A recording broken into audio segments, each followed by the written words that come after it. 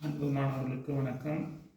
இன்று நாம் மேல்நிலை 2ஆம் ஆண்டு தமிழ் பாடத்தில் மொழிப்பயிற்சி பகுதியிலிருந்து பேச்சு வழக்கை எழுத்து வழக்காக மாற்றுவதை பற்றி பார்க்க இருக்கிறோம்.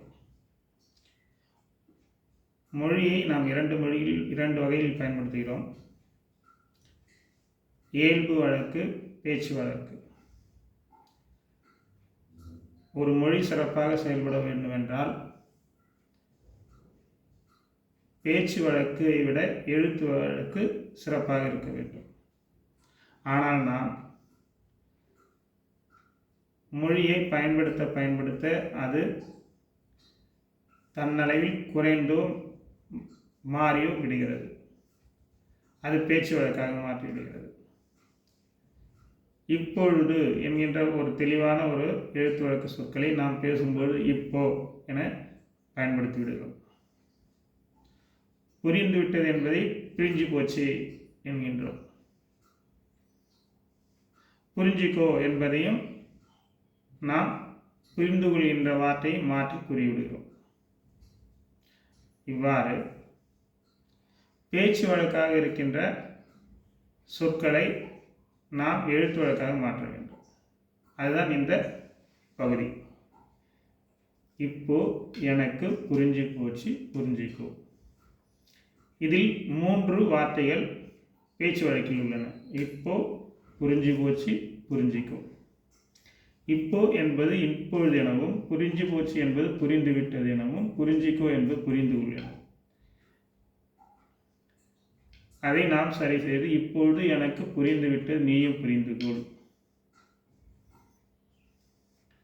அடுத்து வட்டார வழக்கிலும் சில பேச்சு வழக்குகள் உள்ளன. நம்முடைய தாய்மொழியான தமிழானது சென்னை, தொண்டைநாடு, திருநெல்வேலி, கோயம்புத்தூர், கன்னியாகுமரி, மதுரை என ஒவ்வொரு பகுதியிலும் மொழியானது சிறிது மாறி பயன்படுத்தி கொண்டிருக்கிறோம். அதேபோல்தான் நிலத்தை கிளறணும் உண்டா, அப்பதான் வகுறு நிறையும். இதில் நிலத்தை கிளறணும்டா, அப்பதான் வயிறு. இந்த 4 வார்த்தைகளும் பேச்சு வழக்கு. அதை எழுத்து வழக்காக சொல்லலாம்.